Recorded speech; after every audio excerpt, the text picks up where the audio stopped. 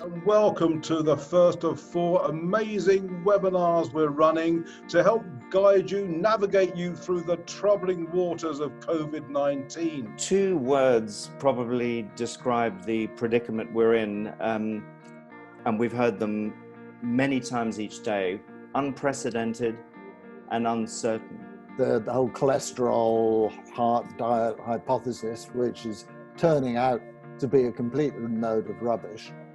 And that, I suspect, is going to prove to be relevant for the coronavirus, because the surfactant that keeps your lungs healthy and open has a high concentration of saturated fat. People have reported positive effects from vitamin C in viruses right back to polio. Vitamin C has a long history of fighting viral pneumonia, which is, I mean, essentially another name for COVID-19, right?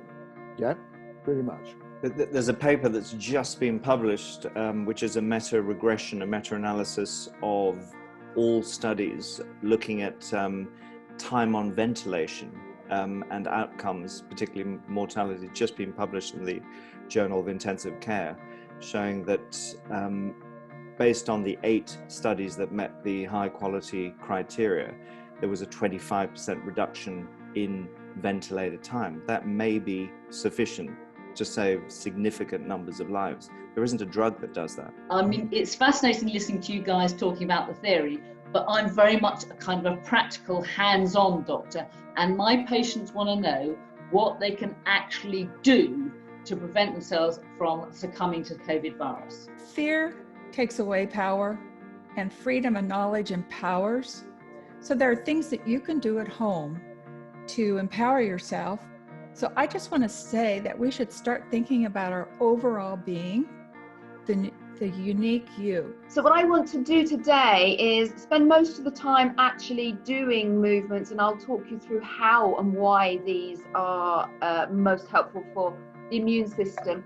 Like that yawning, stretching motions animals do all the time. It's a brilliant reset through the nervous system to allow tension to ripple through. I'm a Qigong teacher and therapist. This is a 5,000-year-old exercise form. Palms face up, collapse your chest. So it's not really about moving the arms. It's much more about getting your chest moving. The mitochondria is, you've heard it maybe in biology class in high school, is that it's the powerhouse of the cell.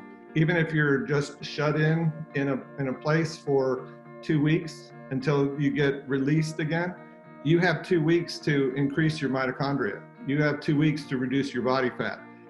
The key to fast exercise is to just do intense exercise for 1 minute. You can think about running in place, but instead of actually lifting your feet off the floor, just lift your heels up off the ground a little bit.